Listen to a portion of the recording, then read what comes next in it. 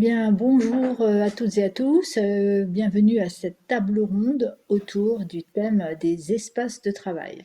Alors, je vais tout de suite vous présenter qui est assis avec moi autour de cette table virtuelle. Nous avons donc aujourd'hui 4 intervenants. Nathalie Rigaud de chez Steelcase. Je vous laisse quelques secondes pour nous en dire un petit peu plus.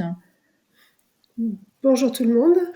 Oui, donc je suis consultante pour Steelcase. Donc mon travail consiste à aider les entreprises à réfléchir justement à la thématique de leurs espaces de travail. Voilà, donc en quelques mots, Steelcase, c'est une entreprise plus que centenaire. Donc j'ai bien écouté les intervenants de ce matin. On est aussi là depuis très longtemps. On espère l'être encore, pour très longtemps. Notre métier, c'est donc de fabriquer, de concevoir tout ce qui est utilisé à l'intérieur des espaces de travail, mobilier de bureau, avec un axe très très fort sur les recherches, puisque nous avons une trentaine de chercheurs, anthropologues, sociologues, psychologues, etc., qui nous aident à mieux appréhender cette thématique qui est devenue très complexe et dont on va parler aujourd'hui, du travail et des espaces. Merci beaucoup Nathalie. Pauline Rochard, qui est consultante sur le futur du travail et des organisations. Un Oui, petit bonjour à mot. tous. Ravie d'être là. Oui, moi, je suis consultante indépendante donc sur le futur du travail. Et en 2 mots, j'accompagne des démarches d'innovation sociale et ou RH liées à la qualité de vie au travail en privilégiant les démarches collaboratives et de concertation. Voilà. Merci beaucoup. Tiffaine Galliez, Great Place to Work. Bonjour à tous et toutes, ravie d'être là également. Innovation Manager chez Great Place to Work. On est connu pour notre label de marque employeur, évidemment, mais on est effectivement aussi expert de la qualité de vie au travail, dans sa mesure, mais aussi dans l'accompagnement des différentes parties prenantes des organisations. Merci beaucoup. Et nous avons Alexandre Jost, de la fabrique Spinoza. Oui, bonjour à tous, bonjour à toutes. La Fabrique Spinoza, c'est le mouvement du bonheur citoyen. Notre objectif, c'est de placer le bonheur au cœur de la société. Tâche délicate s'il en est en ce moment. Et pour cela, nous réalisons des études à base scientifique sur le sujet du bonheur croisé avec différents enjeux de société, éducation, santé, démocratie, travail, etc. Et nous accompagnons des organisations vers plus d'épanouissement au travail. Et nous animons une communauté de bénévoles et passeurs du bonheur sur différents territoires, en France en particulier, à mener des projets en faveur du bonheur citoyen. Voilà, ravi d'être avec vous.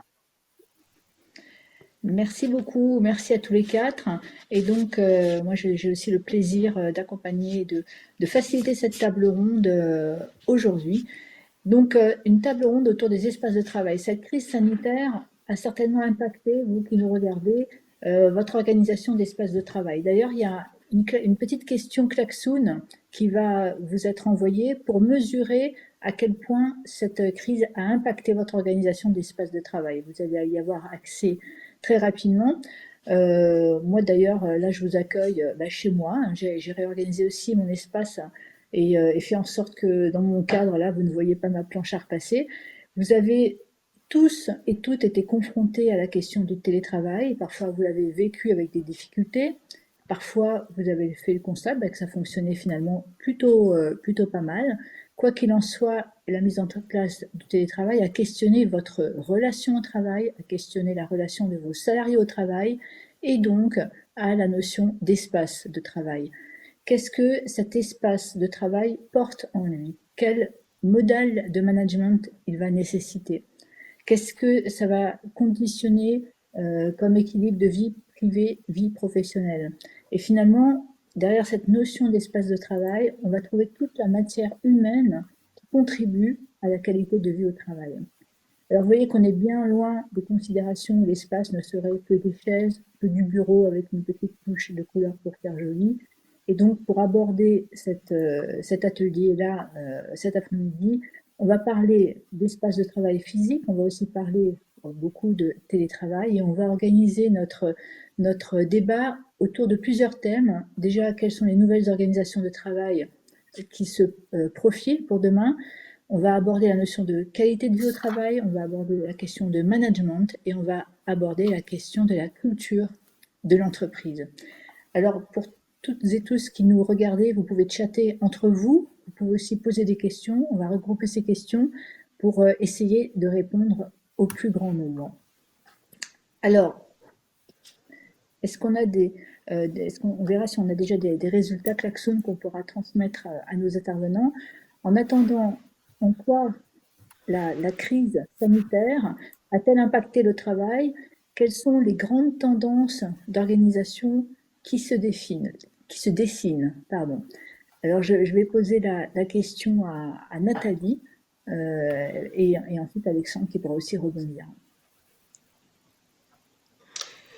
Quelles Oui, sont donc les les grandes tendances tendances. d'organisation qui se dessinent? Donc les grandes tendances d'organisation qui se dessinent, je pense qu'elles étaient déjà en partie amorcées avant la Covid et avant je dirais cet événement grandeur nature qu'on a vécu à travers le télétravail et le confinement. On est bien entendu de plus en plus vers des entreprises qui mettent maintenant la collaboration au centre de leurs activités à des fins tout simplement de pérennité. Hein. Aujourd'hui, il faut croître. Aujourd'hui, il faut continuer à être pertinent par rapport à son marché.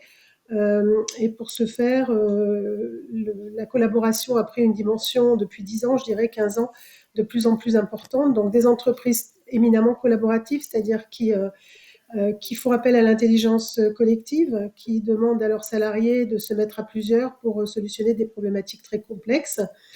Et ça prend différentes formes. Ça peut prendre des formes d'agilité plus ou moins poussées, etc. Mais en tout cas, beaucoup d'interactions entre les gens.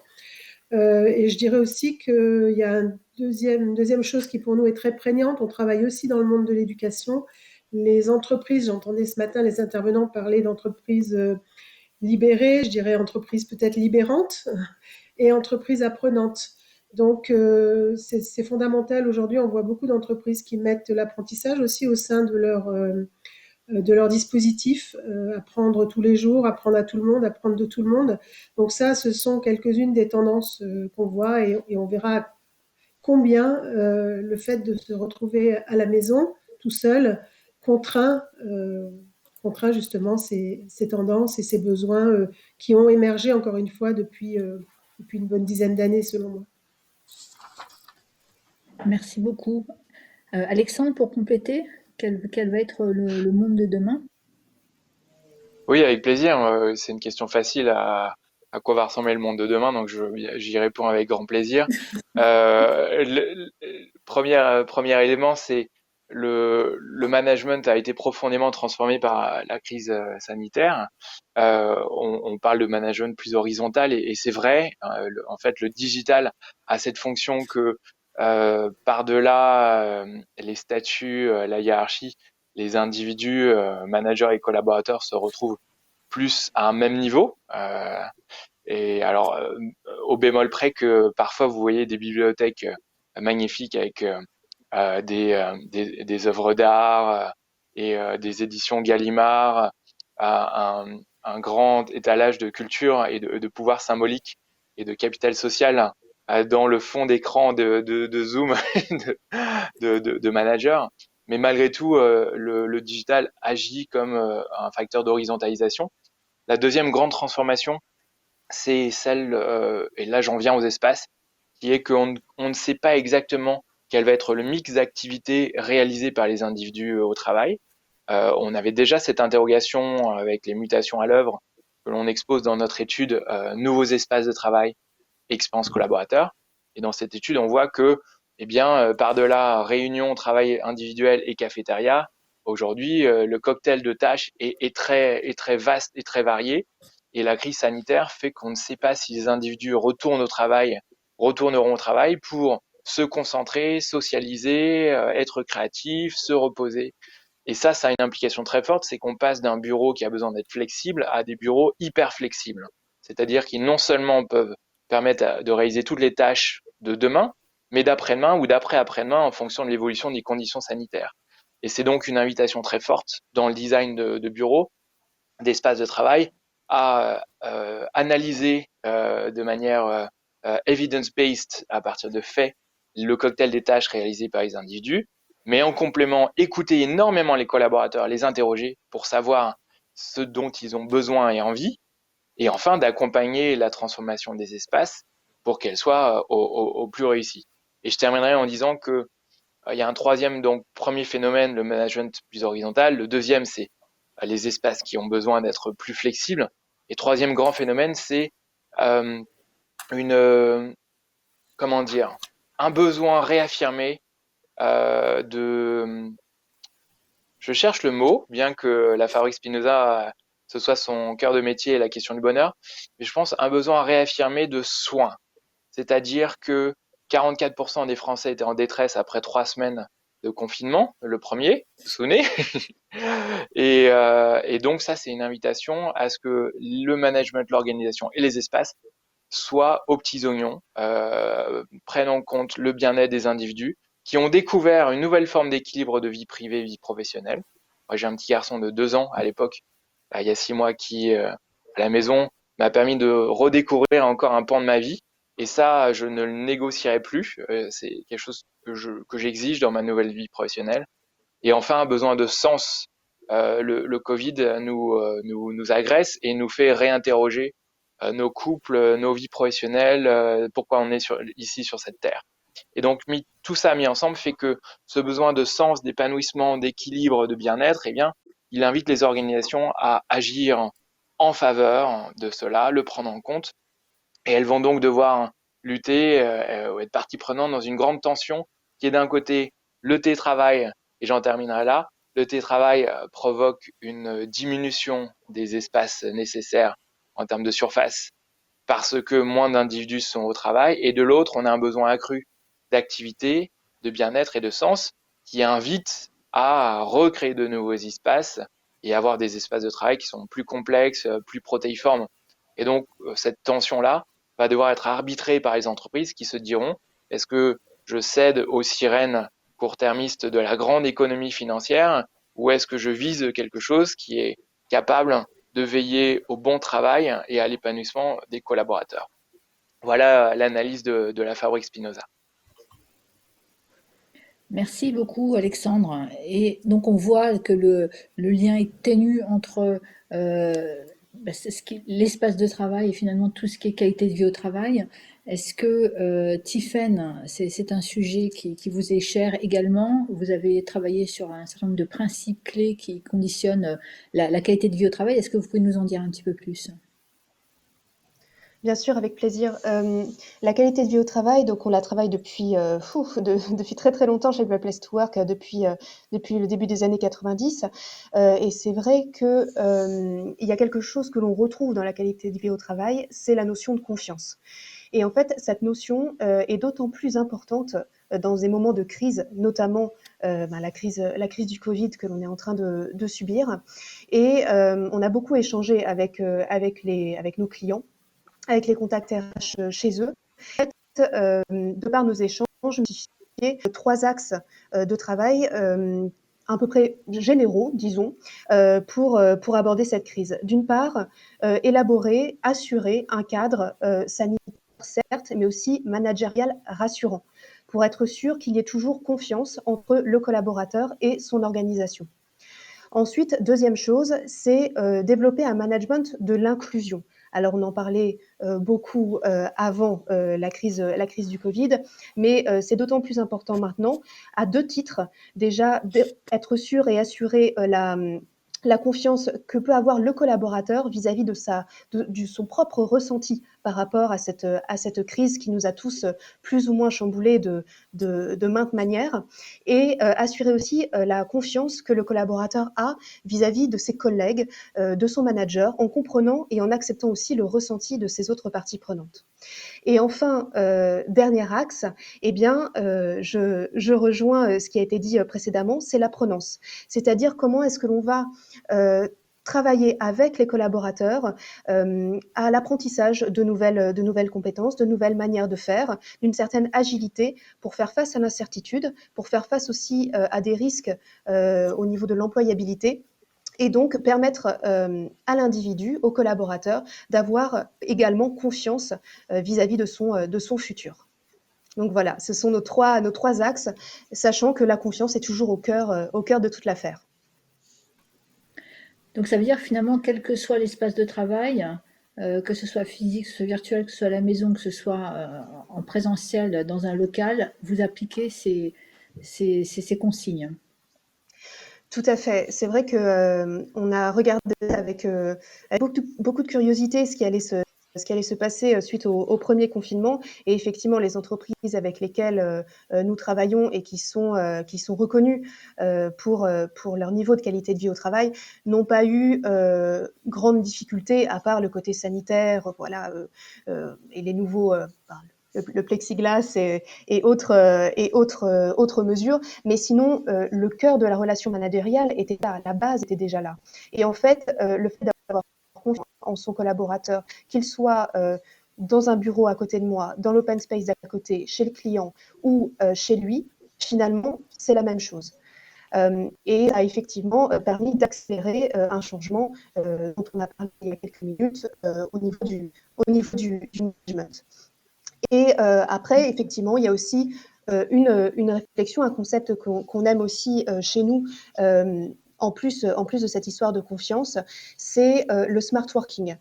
C'est un concept qui n'est pas nouveau non plus, mais qui permet de se rendre compte, d'avoir en tête, parle de flexibilité, de travailler. Et c'est important, il y a 3 composantes à avoir en tête.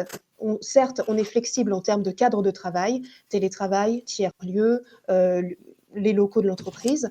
On peut être aussi flexible en termes d'outils, par exemple en faisant de la visio comme aujourd'hui, mais il faut aussi être flexible au niveau des pratiques RH et managériales. Et donc là, la boucle est bouclée. Et grâce à ce smart working, on réussit à avoir vraiment ces 3 thématiques qu'il faut travailler, et en particulier sur le management, réfléchir à développer des relations de confiance. Merci beaucoup, Tiffaine. Alors, je sais que, Alexandre, vous avez aussi, avec la Fabrique Spinoza, travaillé sur ces principes. Est-ce que vous avez des choses à ajouter? Est-ce que ça se recroise avec ce qui vient d'être dit? Oui, bien sûr. Donc, dans cette étude qui est disponible de manière ouverte sur le site de la Fabrique Spinoza, Nouveaux espaces de travail, expérience collaborateur, on a identifié 7 grands leviers qui permettent de se sentir bien au travail. Et il y en a un qui paraît évident, mais j'ai quand même envie de le rementionner. C'est le fait de ne pas oublier les basiques, les fondamentaux en termes de prise en compte du corps. Vous avez sans doute, si vous assistez à cette visioconférence, vu cette caricature de Emma, employée de bureau 2030, qui est en fait une statue faite par un cabinet de conseil anglais en ergonomie et qui montre qu'en 2040, Emma sera bossue avec les yeux injectés de sang, les jambes gonflées, les oreilles poilues et le teint jaunâtre à cause finalement de posture inadéquate ou de bureau inadéquat en termes d'ergonomie. Et je pense que à la fois nos espaces de travail tels qu'ils sont aujourd'hui sont encore imparfaits et également nos domiciles a fortiori. Et donc ça, c'est une invitation à ne pas oublier ce qui est si essentiel. Pour mémoire, la moitié des personnes interrogées considèrent qu'il n'y a pas la bonne température dans leur lieu de travail. Et on parle quand même juste de la température. Et peut-être plus inspirant ensuite dire que ça pourrait sembler être secondaire, mais la question du beau et de la nature nous paraît fondamentale à la Fabrique Spinoza. Vous êtes peut-être aussi familier avec le concept de biophilie. Donc la biophilie, c'est le corpus de connaissances conjoint de biologie, de sciences cognitives, d'ergonomie, etc., qui viennent examiner les bienfaits du vivant pour nous, êtres humains, qui faisons aussi partie du vivant. Et ce que ça nous révèle, c'est à quel point le vivant est absolument nécessaire pour nous. Je vais donner un exemple. Lorsque on observe, marcher quelques minutes dans un parc suffit à diminuer le taux de cortisol et faire baisser le rythme cardiaque.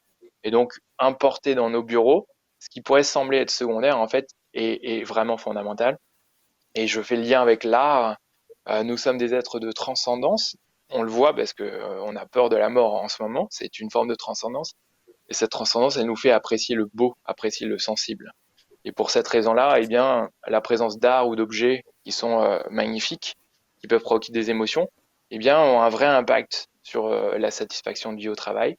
Et je prends l'exemple de cette étude de l'université d'Exeter, où en posant sur des bureaux ou bien de la végétation ou bien des œuvres d'art, on observe une diminution du nombre d'erreurs réalisées sur des tâches répétitives de 17 à 32%.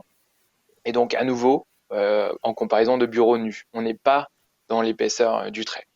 Et donc, je nous invite vraiment à imaginer des espaces de demain, chez nous et au travail, qui prennent en compte ces fondamentaux, mais aussi le beau et le sensible. Et puis peut-être juste les mentionner sans creuser. D'autres facteurs qui sont fondamentaux, c'est le digital. On le voit aujourd'hui, et j'aimerais partager que l'impératif du digital aujourd'hui n'est pas qu'il marche, mais qu'il soit intuitif. On perd jusqu'à 2 jours par an de temps de travail liés à des problèmes de connectique dans les bureaux. Et c'est Herman Miller qui parle d'espace digital intuitif, des espaces dans lesquels non seulement tout marche, mais en plus c'est facile de comprendre comment se connecter, comment s'y référer. Et un dernier facteur à partager avec vous, c'est que ce qui permettra de se sentir bien dans des espaces de travail, c'est leur capacité à dessiner une gouvernance. Et Foucault parle d'espaces panoptiques, des espaces tels des miradors qui permettent de contrôler les prisonniers.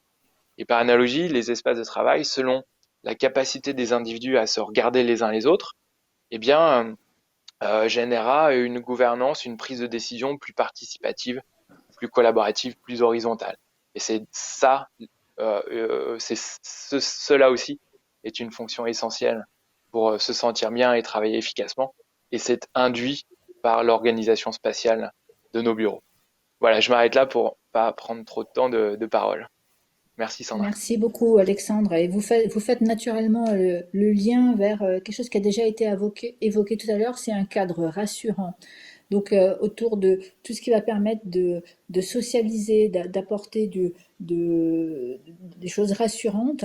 Est-ce que, Pauline, vous pouvez nous éclairer sur ce que vous appelez la sociabilisation comme étant un enjeu majeur? Oui, bah, le travail a toujours été un lieu de sociabilisation majeur hein, depuis longtemps et ça l'est encore. C'est pas parce qu'on est en télétravail qu'on a moins besoin de sociabiliser avec ses collègues. Je dirais même qu'on a encore plus besoin maintenant de se voir et je rejoins ce qu'Alexandre disait en parlant du corps, du regard, de la communication non verbale, finalement tout ce qui passe moins bien quand même en virtuel. Et là, on est en train d'expérimenter ça aussi, là, puisque on est via Zoom.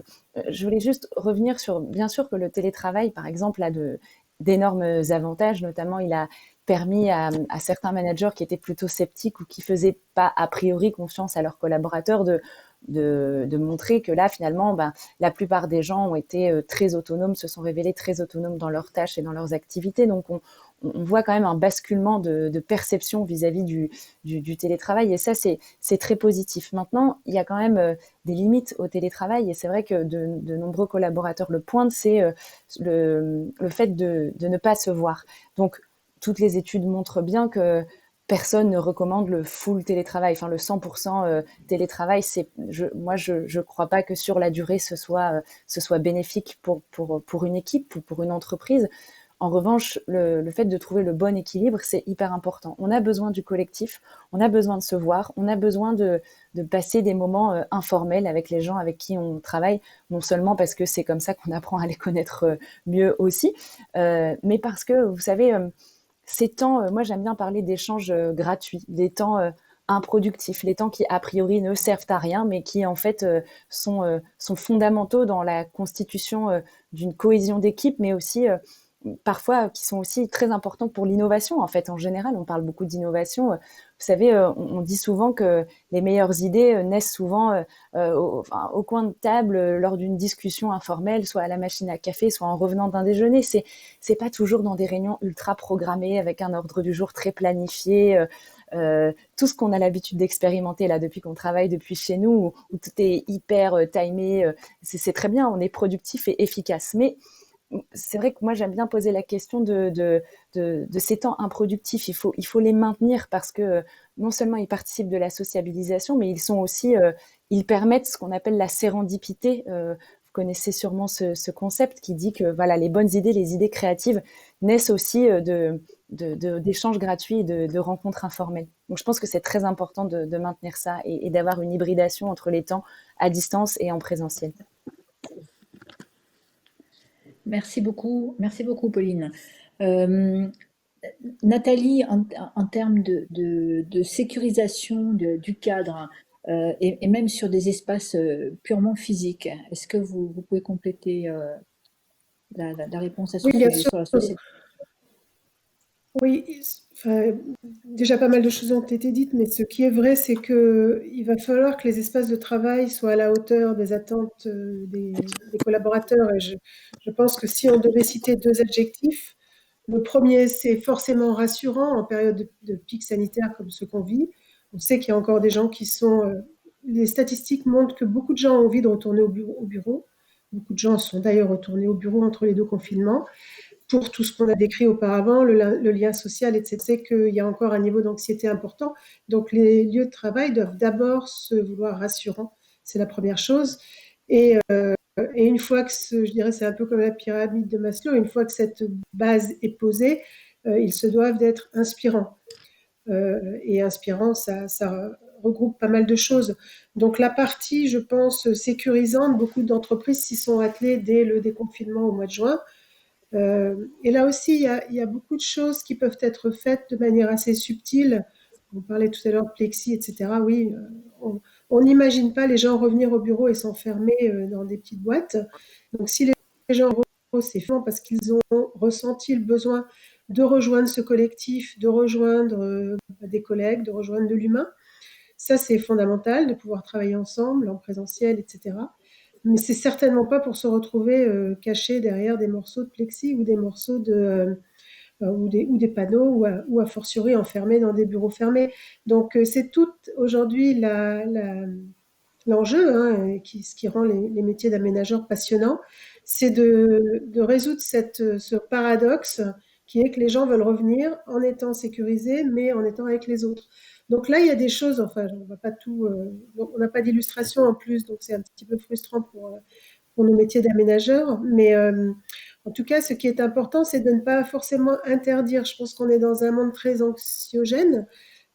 Ça va être par exemple d'écarter des assises, hein, de faire en sorte qu'en positionnant les mobiliers, on évite, enfin en tout cas on respecte la fameuse distanciation sociale quand on est en pic, mais ça va aussi vouloir dire inviter les gens à cet endroit plutôt que de les interdire avec des vilaines croix qui rappellent sans arrêt qu'on est dans une période sanitaire tendue. Ça va être, comme j'ai entendu tout à l'heure, pouvoir poser des objets à des endroits pour simplement inciter à ce que les gens ne se mettent pas à certains endroits. Ça va être utilisé quand on le peut, des plantes ou de la biophilie ou des objets d'art ou autres pour créer les bonnes distances. Donc il y a plein de choses qu'on peut faire pour essayer d'éviter d'être coercitif.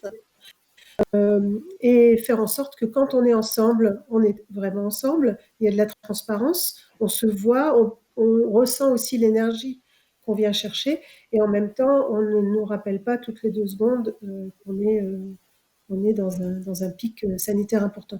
Donc, c'est des choses qui sont souvent subtiles, mais énormément de choses à faire. Voilà, donc on pourrait décliner encore plein d'autres tips en termes d'aménagement, mais c'était ce qui me venait à l'esprit. Très bien. Donc on voit que finalement, même si je reprends les objets d'art ou les plantes ou, qui étaient évoqués par Alexandre, ça peut avoir la vocation de toucher les êtres de transcendance que nous sommes, comme vous disiez Alexandre, et en même temps d'avoir une fonction presque de signalétique qui remplacerait des choses plus anxiogènes. Donc Oui, voilà pour tout à ce fait. point. Oui. Ouais, moi, je veux bien élaborer là-dessus également. Peut-être juste rappeler pourquoi, même si on le sent avec nos tripes, pourquoi les rapports humains sont fondamentaux. Bon, à la fois parce que c'est ça qui nous rend heureux, et vous connaissez la fameuse étude de l'université d'Harvard, l'étude Grant, sur 4 générations de chercheurs, 70 ans, dont d'ailleurs un clin d'œil à l'actualité, un président des États-Unis qui était membre de la cohorte, et qui prouve que Ce qui fait qu'on est heureux sur une vie, eh bien, ce sont les relations humaines et leur qualité. Après, rapporté au monde du travail, moi, j'avais été marqué par une banque de l'Ouest français qui disait être passé en flex office pour permettre à des collaborateurs qui ne s'aimaient pas, qui se détestaient, de ne pas être assis côte à côte. Donc ça donne un peu une idée de l'importance des relations humaines et de en quoi l'espace de travail peut jouer là-dessus. Nous, ce que l'on observe, c'est que on pourrait dire qu'il y a eu trois grands âges dans les espaces de travail. Il y a eu un âge d'abord qui était un âge du travail individuel, on va dire après la Deuxième Guerre mondiale, où on pouvait aller dans un bureau si on avait un travail tertiaire et effectuer sa tâche seul. On a ensuite vu avec l'émergence des outils informatiques un travail qui est devenu collaboratif et cette transformation, elle s'est poursuivie et intensifiée au début du XXe siècle, du XXIe siècle. Et on en arrive là à une troisième mutation avec le Covid qui est que le bureau est un lieu de socialisation. On a tellement besoin de voir nos collègues, ils nous font du bien. Parfois on les déteste, mais bon, c'est ça la vie. Mais on a vraiment, vraiment besoin d'eux. Et la grande question, c'est de savoir comment accompagner cette transformation vers plus de socialisation dans ce mix d'activités, ce besoin, tout en maintenant les conditions sanitaires. Et c'est Elodie Sago, qui est architecte d'intérieur, qui dit que les relations humaines, alors qu'elles sont d'habitude un moyen pour du soutien social, comme le dit le journaliste Asian Core dans son livre The Happiness Advantage, eh ben, elles sont aussi devenues ambivalentes parce que l'autre peut être contagieux. Et pour moi, on doit pour autant ne pas renoncer à penser nos espaces de travail comme des lieux de rencontres humaines, de manière obsessionnelle. Comment faire en sorte qu'il y ait cette sérendipité dont parlait Pauline.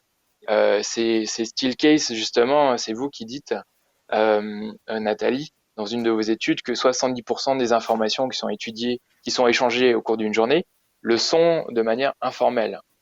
Et donc, on a besoin de continuer à concevoir des espaces qui favorisent la rencontre. Et pour donner un peu d'inspiration, moi, je vois sur des réflexions d'ARP Astrans des jardins de Galie, les séparations végétales, qui sont un moyen de, à la fois, préserver d'aérosols ou de projections, et en même temps, eh bien, de permettre de se faire du bien en ayant quelque chose de végétal autour de soi. Et ma conclusion sur ce chapitre de socialiser tout en se rassurant, c'est qu'in fine, on peut faire tout le travail que l'on veut avec un écosystème riche de consultants, d'aménageurs, d'architectes d'intérieur, mais ce qui fera vraiment que les bureaux sont rassurants et humains, c'est la conception de règles communes de vie. Et là-dessus, nous, ce sont des choses sur lesquelles on accompagne à la Fabrique Spinoza. Et on a aussi identifié des acteurs modernes comme The Workplace Game qui permettent via des petits jeux, des mises en situation, de déterminer comment gérer des situations complexes. Mon chef est à 2 mètres de moi, mais son masque glisse toutes les 30 minutes en dessous de son nez. Est-ce que je lui fais une remarque amère? Je lui demande d'aller dans une salle individuelle et on réfléchit ensemble à comment trouver les règles de vie. Je pense que ça, c'est vraiment fondamental. Un espace ne sera vertueux que s'il est habité par des gens qui ont convenu ensemble de comment y vivre et comment y travailler de manière joyeuse et safe à la fois. Merci, merci beaucoup, Alexandre. Et c'est vrai qu'on a besoin des relations et là, particulièrement, on aimerait bien voir la tête de toutes les personnes qui sont présentes pour voir si elles sourient, si il y a des interrogations et ça nous manque un peu ce retour. Et leur on a faire des posé une câlins question- aussi. Et leur faire des câlins, alors ça serait vraiment le nec plus ultra. On a posé une question, on va avoir un petit retour, ils vont pouvoir s'exprimer à travers le klaxon qu'on leur a posé tout à l'heure. Donc, est-ce que la crise sanitaire a impacté votre organisation d'espace? Est-ce que vous, du coup, vous allez envisager des changements? Donc, on voit que oui et partiellement oui. Donc, on est à 85% de oui, donc 80% d'un oui franc et 23% d'un particulièrement oui, et 15% seulement non, pas du tout. Un petit commentaire sur ce. Vous êtes étonné, vous êtes surpris? Moi, je pensais que ça serait moins quand même. peux bien réagir à ça. On sait aujourd'hui que il y a probablement un risque et une opportunité, comme souvent dans les crises. Le risque, comme vous le disiez, je crois, Sandra, en intro, c'est qu'il y ait une opération financière, immobilière importante qui soit faite, en tirant d'ailleurs je pense, des conclusions qui peuvent être parfois un peu hâtives sur la place que va prendre le télétravail. On sait qu'il y a certaines entreprises qui ont très vite opté pour ça. Elles ne sont pas très nombreuses, mais elles ont fait pas mal de bruit. Donc, je pense que ça, c'est la partie risque. La partie opportunité, c'est de se dire que par rapport à tout ce qu'on vient de dire auparavant, c'est peut-être le moment d'accélérer une transformation qui était déjà en place et de se dire, OK, c'est quoi le sens que je donne à mes salariés? C'est quoi la culture de confiance que je veux créer? C'est quoi les lieux inspirants que je veux leur donner de manière à éviter qu'ils restent chez eux, hein, tout simplement. Je pense que le risque est quand même là. Et tout ça, ça peut être un moment important et opportun aussi de prendre le temps de réfléchir à tout ça, de réfléchir à ce que devient son empreinte immobilière, à la place que prennent les tiers-lieux, à la place qu'on donne au bureau. Et je pense que si on ne saisit pas cette chance maintenant, on a un risque massif de désengagement des gens qui vont rester plus souvent à la maison. Je pense que c'est très bien d'être un peu à la maison, mais il faut faire très très attention à ce risque de désengagement. Nous, on a l'habitude de dire qu'il y a 3 idées reçues hein, par rapport à ce qu'on est en train de vivre là en ce moment. La première idée, c'est que le télétravail coûte moins cher. Et tout dépend de ce qu'on met derrière la notion de coût, mais si on met derrière la notion de coût les choses fondamentales que sont l'engagement, euh, le fait de donner son plein potentiel, etc. Alors je pense qu'il y aura des désillusions. Le télétravail risque de coûter très cher, au contraire. La deuxième chose, c'est qu'on a tendance à dire la productivité augmente quand on est à la maison, parce qu'on réfléchit de manière un petit peu courte. C'est-à-dire on gagne du temps, notamment dans les grandes métropoles, sur ces temps de transport, c'est vrai. Mais tout ce qu'on a dit auparavant, la créativité, le lien social, le fait de résoudre à plusieurs des problèmes de plus en plus complexes, ça ne se fait jamais aussi bien que quand on est tous ensemble dans une pièce.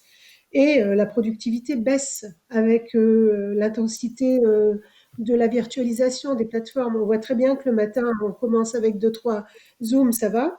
Puis au bout d'un moment, il y a une fatigue physique, une fatigue mentale qui s'instaure.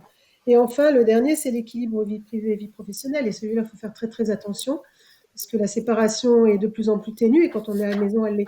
Donc beaucoup d'idées préconçues, mais moi j'invite vraiment les entreprises qui nous écoutent à s'interroger, à mener une vraie réflexion sur leur culture, sur leurs espaces, sur le sens qu'ils veulent donner à tout ça, sur ce qu'ils veulent donner à leurs collaborateurs et d'éviter de prendre des décisions hâtives qui pourraient être néfastes à long terme. Et si je peux me permettre de compléter, Sandra, si je peux, si on a un petit peu de temps. Eh bien, effectivement, je suis assez alignée avec ça. On a eu beaucoup de nos clients qui avaient mis tout le monde en télétravail et qui ont commencé à se dire, bon, est-ce que je continue comme ça ou est-ce que je fais une pause et je réfléchis? Et c'est effectivement exactement ce qu'on leur a recommandé, notamment parce que il y a eu beaucoup de choses qui ont été faites lors du premier confinement. Alors certes, beaucoup étaient en télétravail, mais dans quelles conditions? Donc déjà, avoir un vrai audit du caractère inclusif des dispositifs qui sont mis en place, que ce soit l'aisance avec les outils, l'accès au matériel, le logement, etc. On parlait de différence de capital entre chez un manager ou pas. Effectivement, on n'habite pas tous dans des grands appartements ou des grandes maisons avec jardin. Et également aussi de réécouter les collaborateurs pour co-construire les usages, vraiment se repencher et ne plus être dans l'urgence et vraiment accompagner aussi les managers, c'est un peu ma marotte mais quand même, accompagner les managers pour être sûr que cette confiance soit au cœur. Et puisque j'ai la parole, j'en profite pour compléter un peu cette histoire de sociabilisation et de productivité. Il y a des premières études qui sont sorties sur la productivité, notamment de la société de recherche et de conseil Valoir, Et en fait, c'est une étude menée internationalement et il semblerait qu'on n'ait pas eu non plus une hausse de la productivité incroyable, hein. En global, notre productivité a été réduite de 1%. Les personnes qui avaient leurs enfants, bon, ça a été un peu plus difficile, une baisse de 2%, mais finalement, la plus forte baisse de productivité a été signalée par ceux qui travaillaient seuls, donc sans aucun enfant ni adulte chez eux, donc vraiment seuls. Et là, pour le coup, c'était une baisse moyenne de 3%. Donc en fait, on n'a pas été si productif que ça. On n'a pas été mauvais, mais pas non plus incroyable. Et effectivement, ceux qui ont le plus pâti, finalement, ce ne sont pas les personnes avec enfants, chose qu'on craignait quand même lors du premier confinement, mais bien ceux qui étaient vraiment tout seuls. Merci beaucoup. Alors, vous avez beaucoup évoqué de façon, à travers vos différents témoignages, la notion de management. Donc, l'importance du mode de management. En quoi l'espace de travail conditionne un mode de management? Quel est le rôle du manager?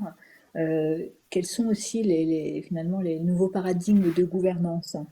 Est-ce que Tiffaine, vous voulez poursuivre, puisque vous disiez que c'était votre marotte, le management. Qu'est-ce que vous pouvez nous dire sur le management à Eh distance, en bien, présentiel? oui.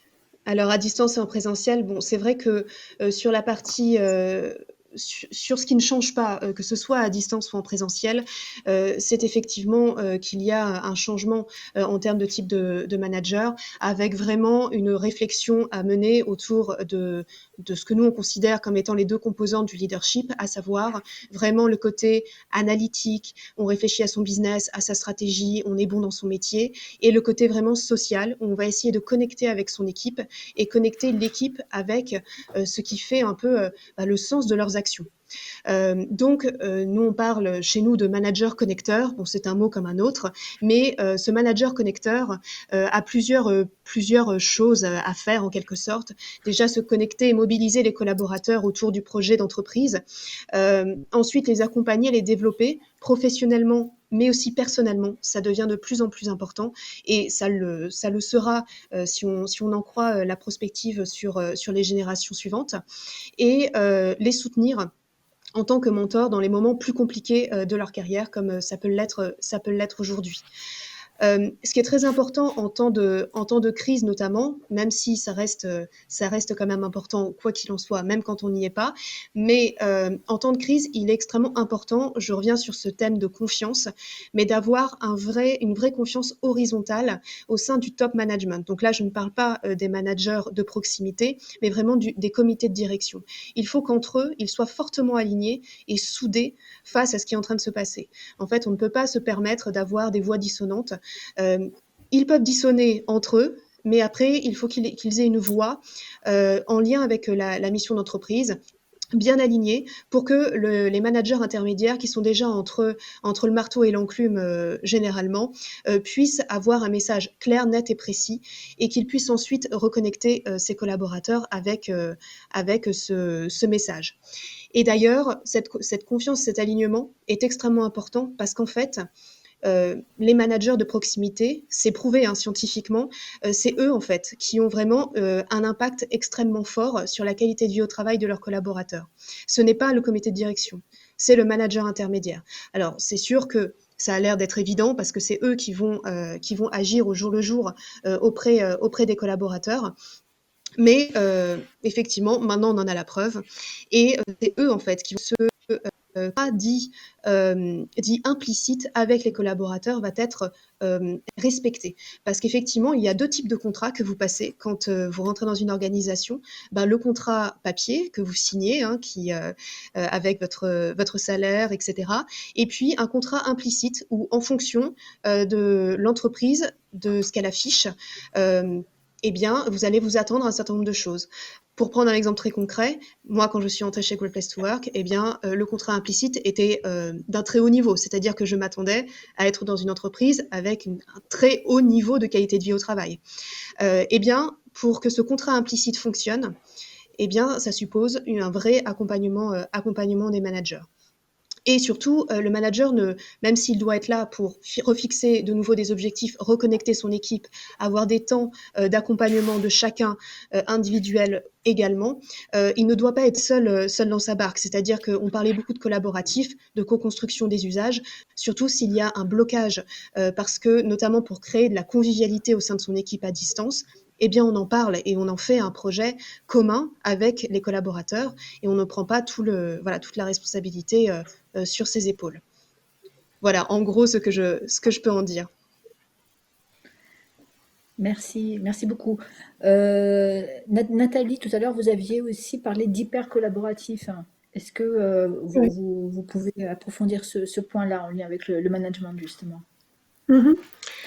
Bah, je pense que c'est un moment compliqué pour le management aujourd'hui, cette distance. On sait très bien que la communication est quand même essentiellement non verbale, hein. Donc aujourd'hui, quand on est contraint à travers des plateformes, quelle que soit leur performance technique, hein, on sait très bien qu'il y a un certain nombre, beaucoup de choses qu'on ne capte pas. Donc je crois que ce qui est très compliqué pour le leadership d'une manière générale, pour le management intermédiaire également, c'est de devoir peut-être certains être un peu moins dans le contrôle, mais un peu plus dans la confiance, parce qu'on a moins de prise sur les choses. Mais les managers eux-mêmes subissent, je crois, ce qu'on disait auparavant, c'est-à-dire ce manque d'informel qui fait que c'est difficile de capter une ambiance, de capter un mal-être, de capter un dysfonctionnement parce que les choses ne se font plus que de manière très planifiée, très formelle, très anticipée, et qu'on sait très bien que c'est pas comme ça qu'on débug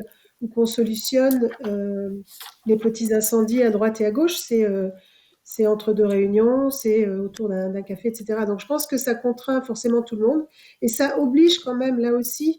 On parlait avant d'une remise en question un peu, mais ça oblige tout le monde à retravailler sa posture, à retravailler le degré de confiance qu'il met dans la relation, peut-être à être davantage explicite sur les modes de communication, peut-être à réserver du temps en début de réunion, en fin de réunion. Voilà, donc beaucoup de choses. Nous, on était convaincus du fait que le leadership a, dans ces mondes qui bougent, qui changent et qui sont de plus en plus complexes, hein, les mondes dans lesquels on vit tous, le manager a un rôle absolument essentiel parce que, oui, ses équipes lui font confiance, mais également parce que il a besoin d'être constamment en train d'insuffler de l'énergie, de la direction, du sens. Voilà, donc nous avions l'habitude de conseiller les équipes de direction à revoir un peu aussi leur posture spatiale parce que on peut avoir beaucoup de mots, mais si derrière on n'est pas, ça se traduit pas dans les faits, s'il faut passer trois portes pour arriver à une équipe de direction, très souvent les nouvelles générations, je dirais, mais pas que, hein, les individus qui cherchent du sens et qui cherchent à avoir de l'impact ont besoin d'être en prise directe avec les équipes de direction. Et ça re-questionne du coup leur positionnement dans les espaces de travail. Donc on avait déjà beaucoup, beaucoup travaillé là-dessus aussi, sur cette posture qui doit être d'équerre avec ce qu'on souhaite. On ne peut pas vouloir se libérer, être une entreprise apprenante, donner du sens et insuffler des choses si on est au dernier étage d'une tour ou si on est caché derrière trois portes. Donc c'est tout ça qui se joue, qui se réfléchit. Et c'est plutôt des bonnes pistes de réflexion à avoir si on veut attirer des nouveaux talents, si on veut continuer, même continuer à être pertinent, parce qu'aujourd'hui, il faut sentir l'entreprise, il faut sentir les choses qui se passent. Et ça se fait forcément en étant au cœur du réacteur et non pas en étant un manager, je veux dire, à distance ou décorrélé de ses équipes. Merci Moi, je voudrais beaucoup. Alors, rebondir. il y a aussi Pauline qui voulait aussi ajouter un petit mot et ensuite Alexandre, oui. Pauline, Ouais. sur les managers de proximité, on a parlé du lien avec les managers dirigeants, mais qu'est-ce que vous pouvez nous dire sur le manager de Oui, je, proximité? je voulais rebondir sur les managers de proximité dont parlait Tiffaine tout à l'heure parce que je pense que c'est un maillon de la chaîne très très important avec les transformations du travail qu'on vit actuellement. Les études ont montré pendant le premier confinement que en fait ce sont eux, les managers de proximité, qui ont finalement moins bien vécu ce confinement 1. Alors, je ne sais pas comment ça se passe pour le confinement 2, j'espère que ça s'améliorera un peu, mais pour la simple et bonne raison qu'ils ont été un peu pris en étau, comme le disait Tiffaine, entre des messages formels qui émanaient du top management où il fallait qu'ils transmettent énormément d'informations sanitaires, mais aussi sur l'activité en général, etc.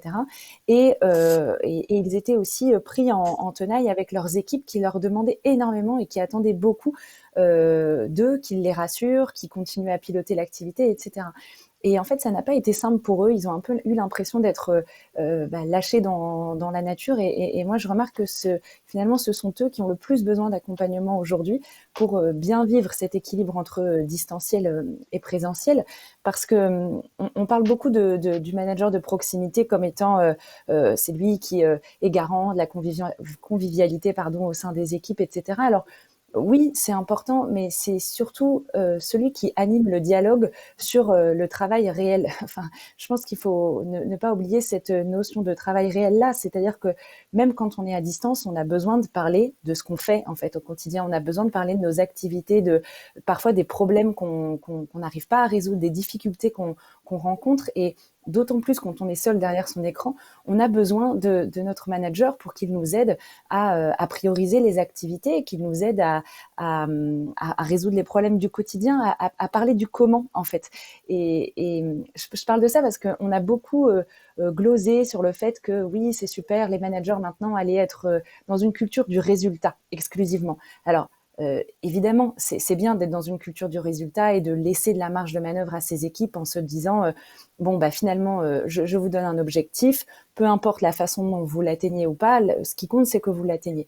Évidemment, en France, on était assez loin de cette conception du management, finalement, parce qu'on était très procédurier, très dans le contrôle, etc.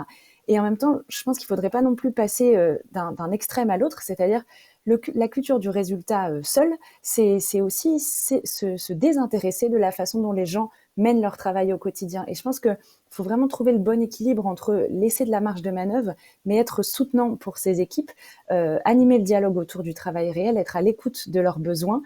Mais bon, ça, c'est vraiment pas facile. C'est beaucoup d'injonctions pour les managers de proximité aujourd'hui. Et je pense que dans les modes de travail de demain, c'est eux qui ont besoin le plus d'accompagnement pour être en mesure en fait de tenir ces plusieurs casquettes qu'on attend d'eux. Moi, j'ai envie de réagir aussi, merci Sandra, en disant que ce que le distanciel empêche comme type de management, c'est un certain nombre de choses. On parle de management collaboratif, et en fait, la collaboration à distance, elle est compliquée. Et pour donner un chiffre important, c'est que la collaboration, enfin d'ailleurs, c'est pas un chiffre, c'est un concept, et que la collaboration est de plus en plus informelle.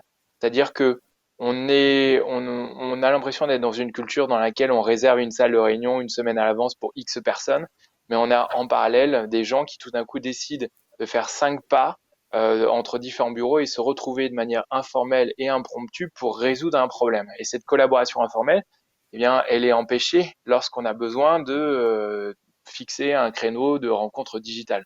Après, un deuxième type de management qui est empêché, c'est le management serviteur. Moi, je trouve qu'il est très inspirant. C'est celui qui consiste à dire, eh bien, le rôle du manager, c'est de s'assurer que ses collaborateurs vont bien.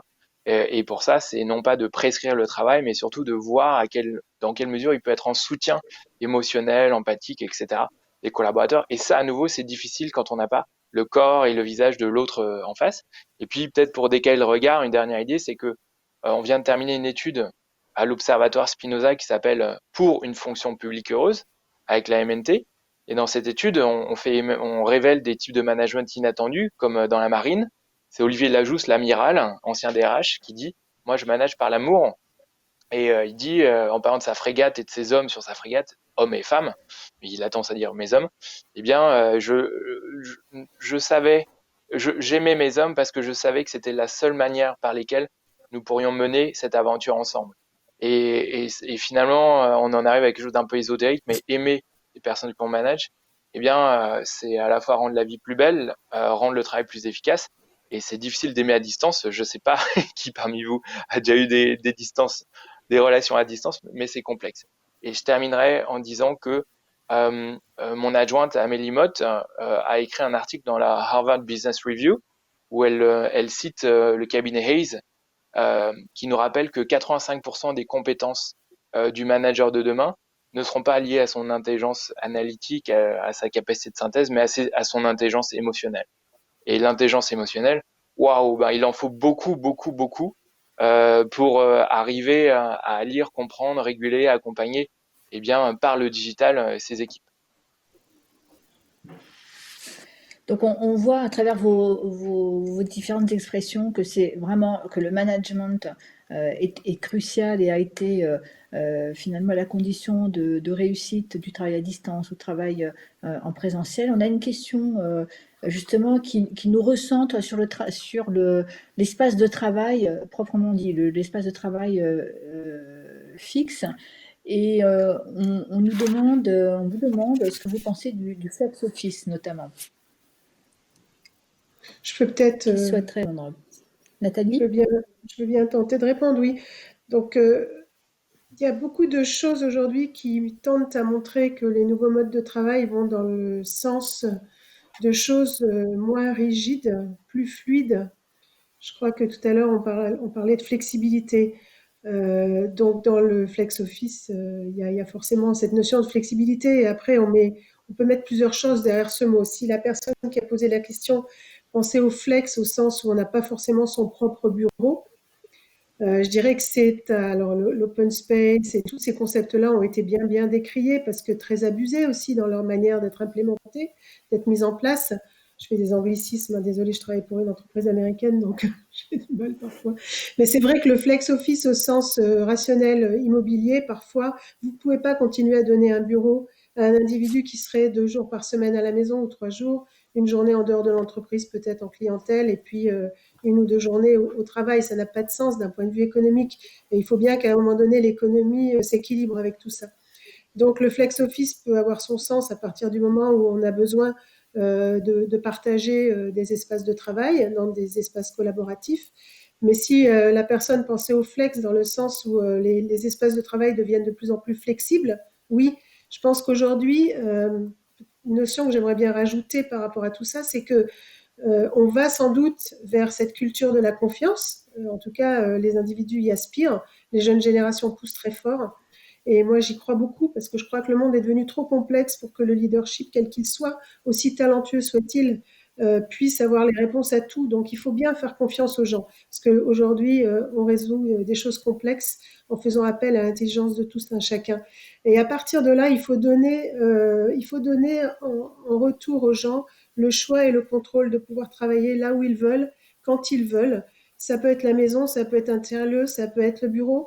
Et quand on est au bureau, ça peut être un espace éminemment collaboratif à un moment de la journée, parce qu'on a besoin d'être avec les autres, y compris un bureau que je suis OK de partager, aussi longtemps qu'on me donne aussi d'autres endroits. Parce que quand je suis au bureau, j'ai aussi des coups de pompe, j'ai aussi des moments où j'ai besoin de me reposer, j'ai aussi des moments où j'ai besoin de me concentrer. Donc, je pense que, enfin, c'est pas moi qui le pense, toutes les recherches vont dans ce sens-là, et nous, ça fait des années qu'on travaille dans cette voie-là. C'est qu'il faut donner du choix et du contrôle aux individus qui sont à la hauteur qui sont capables, je veux dire, de juger et de savoir comment ils doivent travailler, où ils doivent travailler. Ça aussi, c'est une entreprise qui se libère, ou en tout cas qui est libérante, à partir du moment où elle accepte de faire confiance et de donner du choix et du contrôle à ses collaborateurs.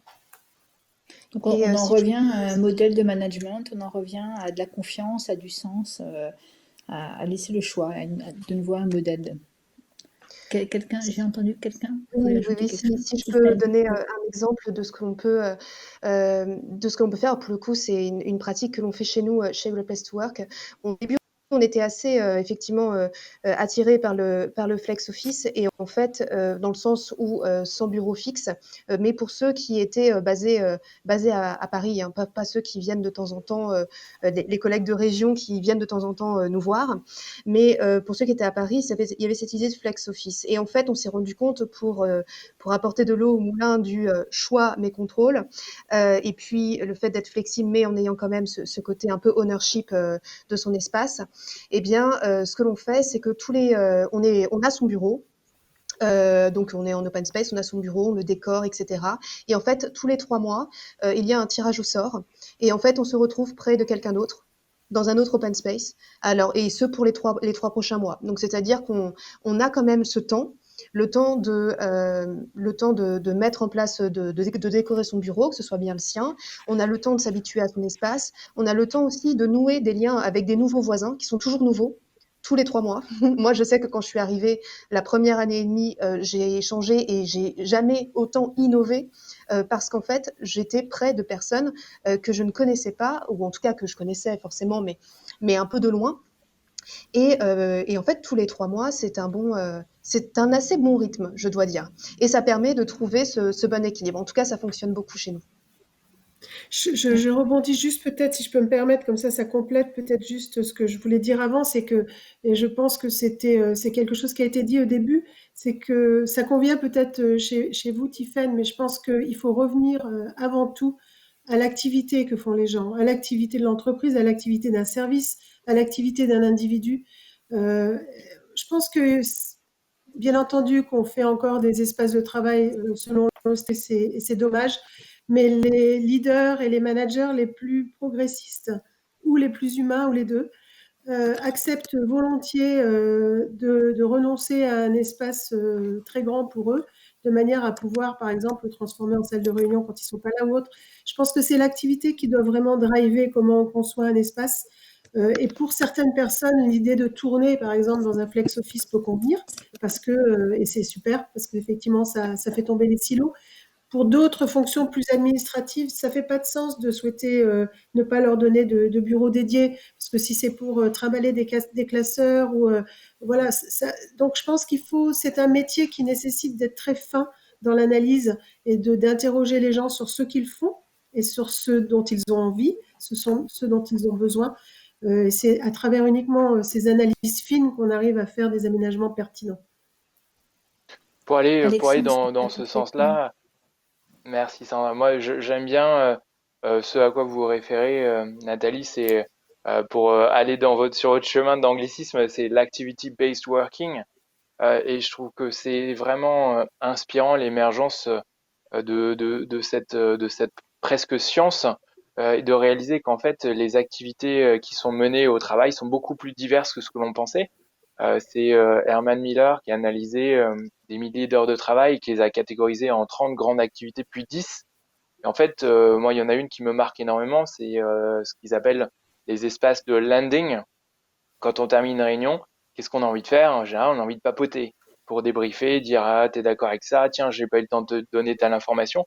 Et quand on réalise ça, cette activité, ou bien s'il n'y a pas d'espace prévu, eh bien on ne peut pas le faire et c'est malheureux, ou bien on le fait et s'il n'y a pas d'espace prévu, eh bien on dérange les collaborateurs qui sont là.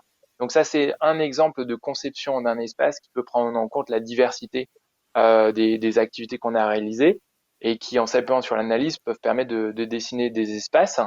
Après, je trouve que les mots, moi j'aime bien dire que les mots doivent être des passerelles et pas des murs.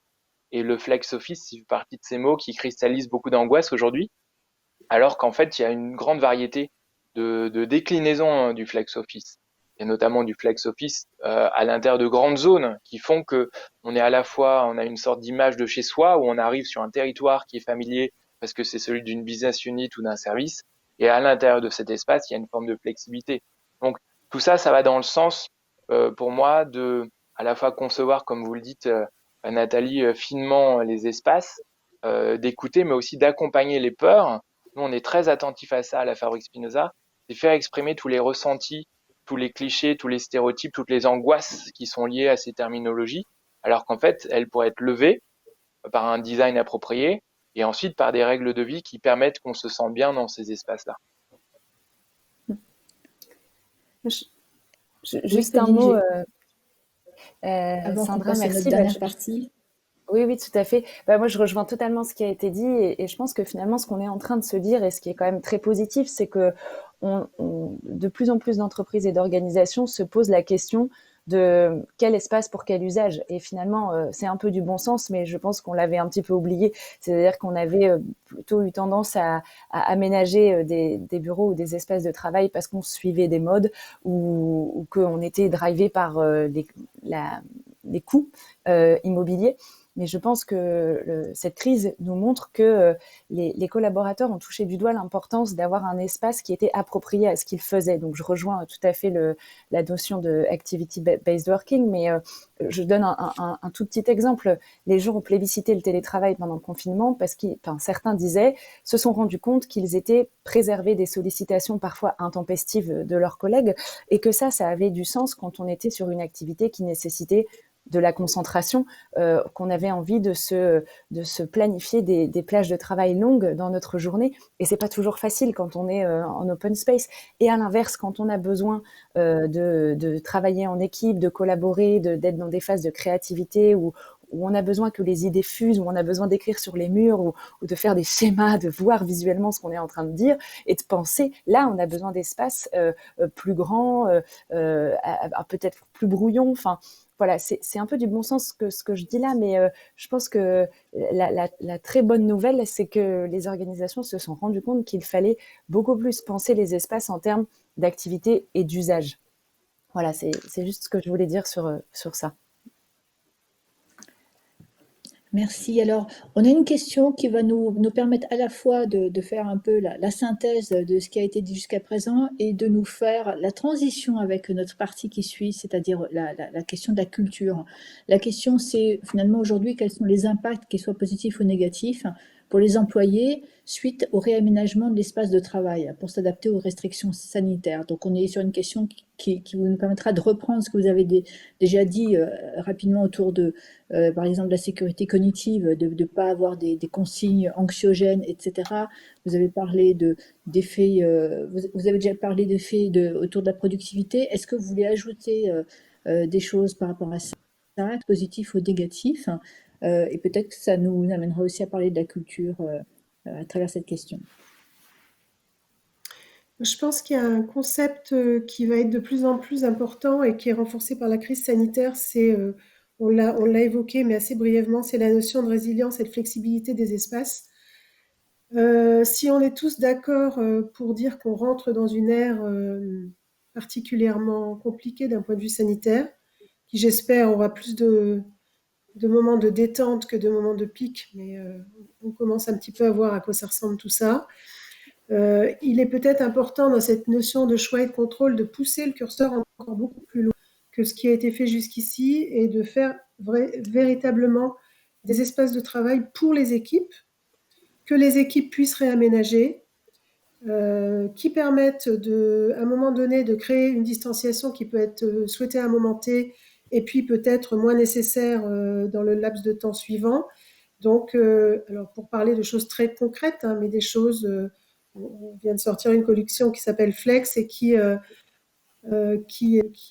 sont des mobiliers sur roulette avec des choses très facilement dépensables par les individus de manière bien entendu très sécuritaire, parce qu'on ne sacrifie jamais à la notion de sécurité qui est essentielle, avec des écrans qui permettent de se déplacer comme vous déplaceriez une feuille de papier, avec des surfaces verticales, comme on parlait, qui permettent de venir écrire et brainstormer dessus. Mais tout ça de manière très intuitive, sans faire appel à des équipes en régie qui sont obligées de venir avec des tournevis et des choses comme ça. Donc je pense que peut-être que demain, avec l'accroissement du digital pour tout le monde, avec ces notions sanitaires fortes, avec la notion prégnante de travail en équipe, de travail de plus en plus agile, où on passe aussi par des modes tout au long de la journée, tout au long de la semaine très différents. Le matin, on est plutôt en stand-up, donc on va se faire un petit briefing de 15 minutes, puis on passe à des activités où on travaille un peu tout seul, puis on se remet en groupe pour faire une séance de restitution par rapport à un client interne ou externe. Tout ça, ça nécessite d'avoir des espaces qui se reconfigurent tout au long de la journée. Et moi, je pense que si on imagine l'espace de travail de demain, sans être trop futuriste, parce que là aussi, on pourrait en parler beaucoup, il y a beaucoup de choses dans les cartons pour après-demain. Et si on pense à l'espace de demain, je crois que c'est résilient, flexible et qui peut être tellement pris par les individus eux-mêmes et par les équipes. Voilà, pour moi, c'est la vision que j'ai de la suite. Pour moi, en complément, Nathalie, il y a une chose qu'on n'appréhende pas encore tout à fait aujourd'hui, c'est on a tendance à penser au distanciel ou au physique, mais en fait, le travail aujourd'hui, il est hybride.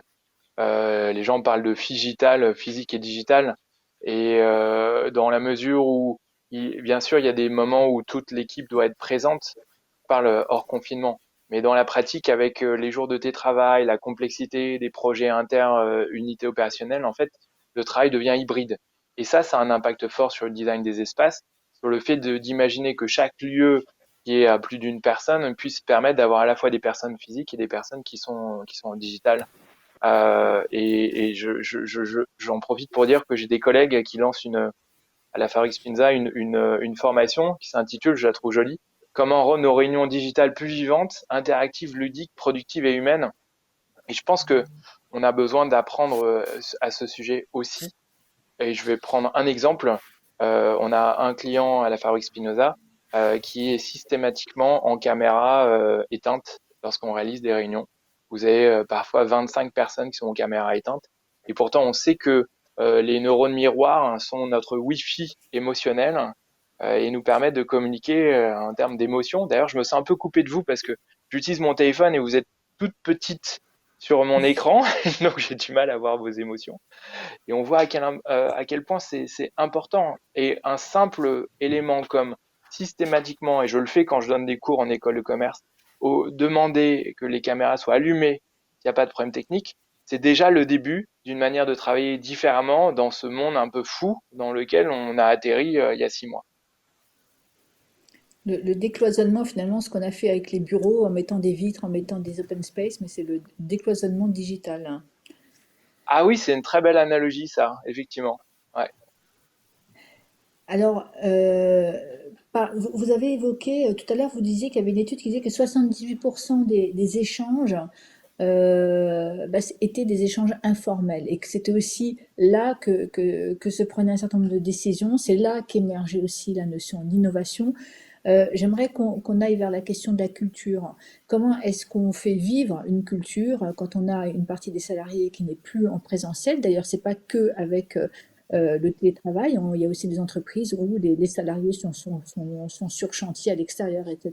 Donc finalement, quel est le mode d'espace de travail qui permet d'assurer le maintien de cette culture, de la faire vivre, de la rendre vivante, de l'incarner au quotidien et qu'elle ne se délite pas avec le temps. Comment remplacer la machine à café, si vous voulez? Ça pourrait être une autre manière de formuler la question. Tiffen, peut-être, hein? Oui, ben sur la culture de l'organisation, bon, alors, a priori, si elle est assez forte, le fait d'être à distance, elle survivra. Après, c'est vrai que dans la culture d'entreprise, il y a plein de choses. On a l'histoire de l'organisation, on a sa vision, sa vision du monde, ses valeurs, ses pratiques au quotidien et ses peurs ou ses tabous. Et c'est vrai que sur les pratiques, bon, on s'en parle depuis le début de cette session, qu'il y a plein de choses à revoir. Mais c'est vrai que cette culture, et on parle beaucoup d'informel, cette culture passe énormément par des échanges. Alors, on disait autour de la machine à café, mais ça me fait penser, au-delà de la culture, qu'il y a, au-delà de faire vivre la culture, je fais une petite digression parce que justement, quand on s'en était parlé de la machine à café, c'était surtout sur des enjeux d'apprenance. Alors, je ne sais pas si Sandra, vous souhaitez parler d'apprenance maintenant, mais c'était Peut-être qu'on y aussi on reviendra. reste sur On va la peut-être culture, mais en tout de rester focalisé sur cette notion de culture, on y reviendra après. J'aimerais juste poser une question au public, hein, lancer le klaxon avant qu'on aille plus loin sur ce sujet. Est-ce que vous pensez que votre culture d'entreprise a été menacée ou serait menacée avec une organisation qui intègre le télétravail? Et donc, je vous propose de continuer le débat autour de cette question.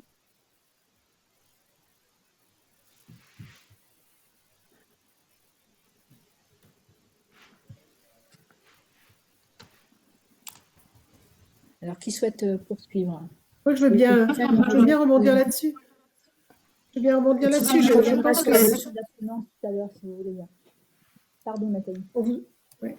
Non, je pense que la culture d'une entreprise, alors nous, on a l'habitude de dire avec notre lorgnette à nous que la formule qu'on utilise, c'est que l'espace impacte et influent sur les comportements. Et ce sont la somme des comportements qui forment la culture d'entreprise. C'est-à-dire que la culture, c'est pas quelque chose qui se décrète dans un comité de direction. C'est un peu la somme de tout ce qu'on est dans nos comportements, dans nos croyances, comme dit Stephen, etc. Donc, si on considère effectivement, moi je suis aussi totalement convaincue, nous sommes convaincus que nous allons vers une hybridation des lieux de travail. Donc la maison va y trouver sa place. Les tiers-lieux peut-être, en tout cas pour les entreprises qui sont dans des grandes agglomérations où il est compliqué de prendre les transports en public, elles vont peut-être avoir recours à des tiers-lieux de manière à donner la possibilité à leurs collaborateurs de rejoindre des espaces de travail un petit peu moins éloignés que ne pourrait être leur siège, et puis bien entendu le bureau. Donc je pense que ce qu'il faut, c'est un peu comme l'idée de quand on est parent et quand on commence à travailler, on se dit est-ce que je ne vais pas perdre l'impact sur mes enfants en travaillant? Moi, je crois beaucoup à la qualité du temps qu'on passe, quel qu'il soit d'ailleurs, en termes de quantité, mais la qualité du temps qu'on passe quand on est ensemble. Et pour moi, la culture d'entreprise et le bureau, c'est pareil. C'est-à-dire qu'est-ce qu'on va offrir comme expérience à ses collaborateurs quand ils vont rejoindre le bureau, une journée, 2 journées, 3 journées ou 5 journées par semaine selon les besoins et les envies. Qu'est-ce qu'on va leur offrir comme expérience? Est-ce que cette expérience, elle va être impactante? Est-ce qu'elle va être, comme disait Stéphane, apprenante? Est-ce qu'elle va être bienveillante? Est-ce qu'elle va me permettre d'avoir des lieux de socialisation où je vais rencontrer tout le monde très vite? C'est-à-dire que moi, quand je me rends sur mon lieu de travail en ce moment, je vais à un endroit qu'on appelle le Work Café. J'y vais parce que c'est un endroit convivial et parce que je sais que je vais voir à peu près toute l'entreprise passer à un moment ou un autre de la journée. Et c'est là que je me pose, mais c'est aussi là que je peux travailler parce que l'endroit a été conçu pour y travailler. Je pense que c'est la qualité de l'espace de travail qui va pouvoir impacter les comportements et qui va faire la culture. Voilà. Donc pour moi, c'est ça le vrai enjeu. Le vrai enjeu, pardon, c'est qu'est-ce qu'on va demain définir comme étant l'expérience au travail, l'expérience dans les bureaux, et en quoi cette expérience va être impactante pour moi en tant qu'individu, socialement. J'ai l'habitude de dire, il y a le cœur et quelque part, il y a aussi le mental. Donc il faut que quand je rejoins ces espaces de travail, le bureau, je sois stimulée, je sois confortable et bien entendu sécurisée, et je sois stimulée et que je puisse profiter des autres et de l'impact qu'ils ont sur ma réflexion, et que je sois aussi, que j'ai une dimension cœur importante, parce que c'est ça qu'on vient tous chercher dans un collectif. Donc pour moi, c'est ça la réponse sur la culture, et même si les individus sont à la maison quelques jours par semaine, comment je vais faire en sorte que quand ils se retrouvent, ils célèbrent, ils soient ensemble, il y ait une bonne énergie, une bonne vibration, ils apprennent les uns des autres, voilà, et pour moi, l'enjeu est là. Et effectivement, pour compléter, c'est vrai que quand on vient au bureau, donc pour ceux qui sont qui sont en télétravail, mais qui ont cette possibilité-là de venir au bureau, ou même après, quand la crise sera finie, c'est vrai qu'il y a un enjeu de reconsidérer le bureau, pas uniquement effectivement pour le travail, mais vraiment pour des enjeux de vivre la culture d'entreprise et collaborer et innover. Et ça, effectivement, on s'en parle là maintenant, voilà, mais je parlais de la prospective pour les prochaines générations, et il y a déjà des chiffres sur ce sujet. Voilà, je pourrais en partager ensuite après, mais en tout cas, c'est très clair que ils ne viendront pas dans les locaux, naturellement en fonction de leur métier, etc., de leurs activités, mais ils ne souhaiteront pas venir dans les bureaux si c'est uniquement pour passer son temps en call seul dans une salle. Moi, je vais faire une Stéphane, réponse je très voulais juste courte dire à ça. peut-être. Alors, on va pas tous ensemble. J'ai Alexandre qui souhaite s'exprimer et Pauline aussi. Est-ce que juste avant, on peut voir le résultat des personnes présentes, des participants, ce qui vous donnera peut-être matière à échanger. Alors, par contre, nous, on voit pas bien, hein. Ouais, on voit pas très clairement. Donc, oui, partiellement oui et pas du tout, hein. Oui, on est à 11%, je crois. On va se faire Ouais. confirmer les résultats. En tout cas, je pense que le public le voit très bien, mais nous, on ne le voit pas encore. On le voit pas très bien. Moi, j'ai l'impression qu'il faudrait recompter les votes. C'est de la fraude. Allez, 0%. 0%. Donc oui, 0%. Bah, Il n'y a aucune entreprise qui pense qu'il y a une menace de la culture. Le pas du tout, 78%, donc ce qui est plutôt une bonne nouvelle, et partiellement oui, donc la différence, on est à partiellement 33. Par contre, c'est bizarre, ah oui, il y en a qui ont répondu plusieurs fois, alors parce qu'on est... bon, Je pense que peut-être, si je peux me permettre, Sandra, je pense que je vous en prie. la question est un peu générique, c'est-à-dire que le Ouais. télétravail, dans quelle proportion? Je veux dire, moi, je pense qu'une culture peut être menacée si le télétravail devient prédominant et si les gens ne se retrouvent plus, s'il y a du coup une perte du sens, de l'appartenance, de tout ce qui fait le collectif, en fin de compte. Mais effectivement, le télétravail, 1 ou 2 journées par semaine ou 2 ou 3 selon les métiers, pourquoi pas? Et encore une fois, si on sait se retrouver ensemble et faire en sorte d'avoir des rituels de célébration, de vivre ensemble, etc., quand on se retrouve, pourquoi pas? Donc je pense que, mais la culture, et ça, les chiffres montrent déjà qu'il y a un impact important. On peut citer un autre chiffre, les gens passent 65% de leur temps à collaborer aujourd'hui, dans les métiers, tout confondu. Bon, on voit bien ce que c'est qu'une collaboration à distance et les limites qu'elle. Donc moi j'ai peur aussi que on ait besoin un peu de temps long pour arriver à s'apercevoir des dommages que pourrait faire un revirement complet sur des modes de travail à distance.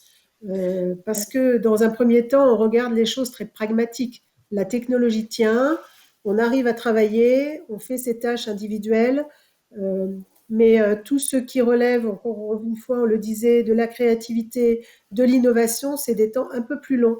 Et là, je pense que la déconvenue peut être au bout de la route, parce qu'encore une fois, les ingrédients vont manquer pour toutes ces activités qui vont forcément à un moment donné en pâtir. Mais bon, si la question dit juste le télétravail, peut-être que les gens répondent non. Un peu de télétravail, il y avait Oui, beaucoup merci. d'entreprises qui avaient déjà mis des dispositifs en place. Merci pour Bravo. cette précision. Alex, alors, juste si vous pouvez juste moi, ça va être très compléter un tout rapide. petit peu. Ouais, Alors, c'est juste pour prendre un petit pas de côté sur la question de la culture et se dire que en ce moment, il y a des menaces énormes qui pèsent, enfin, auxquelles font face nos entreprises à cause des contraintes de, de confinement et autres. Et je pense que c'est le moment pour les entreprises de travailler sur leur raison d'être et sur une vision supérieure. Vous allez voir, il y a un lien avec notre sujet. Depuis la loi Pacte, pouvoir devenir entreprise à mission, ou en tout cas voir en quoi on contribue à quelque chose de supérieur qui dépasse le produit ou le service que l'on vend, ça me paraît essentiel en termes de survie à moyen terme, pas à court terme, pas à long terme, mais à moyen terme. Et le lien avec le Schmilblick, c'est que pour moi, il faut partir de là et voir comment cela s'insère et se trouve sa place dans une culture et dans un espace et dans des modes de télétravail. Parce que l'espace peut être le miroir de cette raison d'être et c'est dans ces cas-là qui sera effectif et qui sera engageant pour les collaborateurs. Ouais. alors, il nous reste Et il très peut peu pas de l'être. temps. Ouais. Pauline, alors vraiment très court, Ouais. parce que j'aimerais qu'on réponde aux Non, questions qui ont été posées. oui, oui, bien sûr, mais sur cette question de culture, je rejoins complètement Nathalie sur le fait qu'elle ne se décrète pas et que c'est surtout les comportements qui disent quelque chose de la culture de l'entreprise. Et pour faire le lien avec l'espace, je pense que il y a aussi beaucoup d'entreprises qui se sont jetées à corps perdu ces dernières années dans des aménagements intérieurs dits ludiques, interactifs, et on a beaucoup misé sur la végétalisation des murs, sur le fait de faire des salles avec plein de couleurs et des baby-foot, etc. Je pense que bon, ça a été beaucoup décrié, mais faut faire attention aussi à l'alignement entre ce qu'on souhaite dire par l'aménagement et les espaces et ce que les gens et ce que les collaborateurs expérimentent au quotidien. Et à mon avis, ce qui est parfois très dangereux, c'est quand il y a une dissonance très très forte. C'est-à-dire quand on est dans des organisations où il y a un investissement énorme qui est fait sur les locaux, sur l'aménagement intérieur, etc., où c'est parfait, magnifique, où on a les espaces qu'il faut pour le bon moment, etc., mais où en fait on est dans des pratiques de management où les mécanismes de décision sont extrêmement top-down, il n'y a pas de collaboration, où en fait vous n'avez pas votre mot à dire, où on ne vous laisse aucune marge de manœuvre ni d'autonomie, là il y a vraiment des problèmes. Donc je pense que la question de la cohérence et de l'alignement entre l'espace et les pratiques, c'est fondamental. Alors justement, quels sont les marqueurs, c'est la question de Virginie, quels sont les marqueurs spatiaux d'une gouvernance partagée à vos yeux? qu'est-ce qui montre qu'il y a réellement une gouvernance partagée et qu'il n'y a pas de dissonance, hein? Qui veut répondre? Je pense que, par exemple, enfin, je vais essayer d'être courte et laisser la parole aux autres, mais le fait, par exemple, que les bureaux des dirigeants soient accessibles, ouverts, qu'on puisse leur parler facilement, que eux aussi voient concrètement ce que les équipes font au quotidien, c'est par exemple, je pense, un marqueur spatial. Le fait de ne pas avoir des dirigeants. Alors, on a beaucoup eu ça dans les années 80-90. Plus on montait dans les étages, plus vous étiez important. Et si vous aviez votre bureau au 6e ou au 7e étage, c'est que vous aviez des galons sur la veste. Et je pense qu'aujourd'hui, on revient un peu de ça. C'est-à-dire que les top managers ont envie d'être avec leurs équipes proches, en tout cas à deux. Ça ne veut pas forcément dire dans un open space à 25, mais en tout cas d'avoir des espaces qui favorisent la circulation des idées et des personnes. Je pense que déjà ça c'est un premier marqueur où les gens peuvent se retrouver. Je trouve que l'exemple de Nathalie était très parlant. Un espace où on sait qu'on va croiser les membres de son organisation, où on va les voir. Et ça vaut pour les top managers comme pour les assistantes, le back-office et tout le monde. Je pense qu'il faut qu'il y ait cette circulation. Ça peut être un marqueur et je vais peut-être laisser la parole aux autres. Moi, je veux bien compléter, ça va être court en disant que je reprends un point de ce que vous avez dit, Pauline, c'est la circulation de l'information. Le fait que les espaces soient au maximum transparents, s'ils sont segmentés, c'est un moyen de savoir qui est là, qu'il y a des personnes qui sont en train de se réunir. Le fait d'avoir des affichages verticaux, c'est un moyen de s'assurer que des informations sont bien visibles à tous. Le fait d'avoir dans des salles de réunion des symétries dans l'accès à l'information, c'est s'assurer que tout le monde est muni de la même donnée pour pouvoir collaborer, participer à la prise de décision. Et puis, je fais un lien avec Foucault à nouveau. C'est les organisations qui sont non pas panoptiques, mais holoptiques, c'est-à-dire où il y a une horizontalité dans les manières de s'observer, où tout le monde voit tout le monde au maximum, en tout cas par zone, ce qui permet à nouveau de créer symboliquement une horizontalité entre les individus. On a aussi une question très terre à terre, sans jeu de mots, autour de la végétalisation. Est-ce que c'est Agnès qui nous demande quelle importance des espaces extérieurs de la végétalisation? Je peux Au-delà de ce peut-être que vous avez répondre, déjà pu même dire. si c'est pas forcément de notre métier de faire ça, mais je pense que oui. Tout à l'heure, on a parlé de la biophilie et tout ce qui permet dans Vitalis de ramener une dimension nature. Donc, évidemment, donner la possibilité d'utiliser les extérieurs de l'entreprise, d'utiliser les terrasses pour y travailler. Encore une fois, dans l'exemple, c'est-à-dire faire en sorte que managers, leaders, etc., se les approprient aussi pour que dans la culture de l'entreprise, ce soit considéré comme des espaces où l'on travaille aussi. Mais si on ne peut pas le faire avec de la nature parce qu'on n'a pas la chance d'avoir accès à un jardin ou à une terrasse, on peut aussi, à travers les matériaux, à travers la manière d'aménager les espaces, utiliser des textures ou des éléments qui invitent cet élément naturel à travers les coloris ou à travers les textures. Et il y a beaucoup de choses à faire dans le domaine de la biophilie. Et si on apporte des changements, c'est la dernière question qu'on traitera avant de vous laisser un petit mot de la fin. Si on apporte ces changements au sein d'une société où il y a déjà des gens qui ont du vécu, qui ont de l'expérience, qui ont de l'ancienneté, est-ce qu'il faut leur apporter une nouvelle expérience de travail progressive avec tous les freins cognitifs qu'on peut rencontrer, ou est-ce que ça peut se faire de façon plus radicale, hein? C'est pour Pauline cette question, non? Il y a une question sur les générations un petit peu, et puis aussi parce que j'ai pas bien compris la question. Oui, Ouais. effectivement. Ça Ouais. peut être aussi comment est-ce qu'on intègre les jeunes derrière cette question, les nouveaux. Oui, il y a peut-être effectivement deux notions. Enfin, alors moi, je pense que de toute façon, les changements brutaux et en tout cas qui émanent du haut ne sont jamais bons et ne sont jamais engageants. Donc, j'ai pas non plus forcément très bien compris la question, mais je pense que dans la mesure du possible, il faut écouter les besoins des collaborateurs, dont les plus anciens. De toute façon, ils ont aussi des choses à dire, ils ont des savoir-faire, des expériences à partager, leur vision d'entreprise qui est important.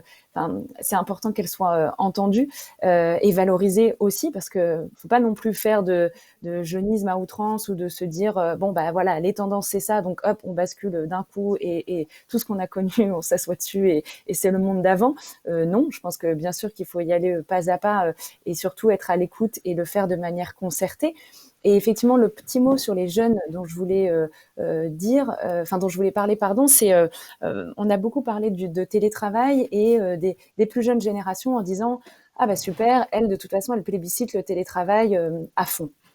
Oui et non. C'est-à-dire qu'on s'est beaucoup rendu compte aussi que les plus jeunes, finalement, n'avaient pas forcément envie d'être à 100% en télétravail, pour la simple et bonne raison qu'ils ont besoin d'apprendre et donc d'être au contact de leur manager. Tiffaine, vous parliez de la notion d'apprenance tout à l'heure. Je pense que pour ceux qui intègrent, d'ailleurs qu'ils soient jeunes en âge ou en expérience, sur le poste, ça vaut aussi pour des personnes qui seraient plus âgées mais qui prendraient un nouveau poste.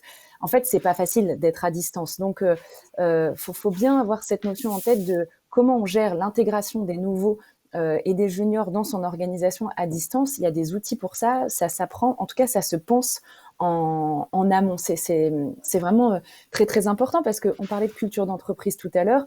Tous les codes implicites de l'entreprise ne s'acquièrent qu'en se voyant et qu'en se vivant. Ça s'expérimente en fait.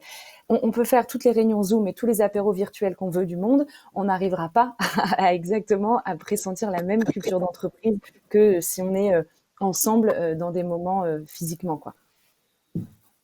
Alors, nous arrivons Tout à au fait. C'est vrai terme que de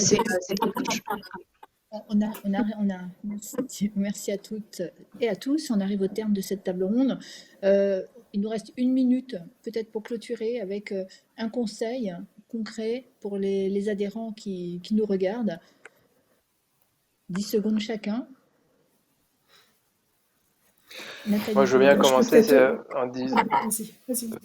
Vas-y, Nathalie. allez-y. Non, j'ai un petit conseil que je me plais à donner, qui est que on parlait tout à l'heure des basiques, puisqu'on est tous en télétravail plus ou moins, j'imagine, en ce moment. On peut aussi parer à une mauvaise posture en ayant des réflexes tout simples, avec les moyens du bord, qui sont de relever un peu son clavier d'ordinateur, de prendre son ordinateur, je veux dire, de prendre un clavier déporté, de mettre un coussin sur sa chaise de cuisine. On peut aussi se dire avant toute chose que puisqu'on est tous à souffrir un peu, probablement moins que dans le premier confinement, puisqu'on a quand même un peu appris et on s'est un petit peu préparé, mais c'est de se dire aussi que la meilleure chose pour le corps, c'est de bouger. Donc c'est ce qu'on va faire là après 7h30 de table ronde, c'est de se lever et aller se prendre un café. Il faut bouger, il faut oxygéner son corps, sa tête. Donc voilà, c'était mon petit conseil pratique qui est accessible par tout le monde. Moi, je ne sais pas si c'est un conseil très pratique, mais je dirais que dans la réflexion sur les nouveaux espaces de travail, eh bien, de manière obsessionnelle, dites-vous, demandez-vous comment faire en sorte de prendre soin des hommes et des femmes en ces temps où on a besoin d'être chouchouté. Pour moi, c'est vraiment le principe directeur qui doit prévaloir.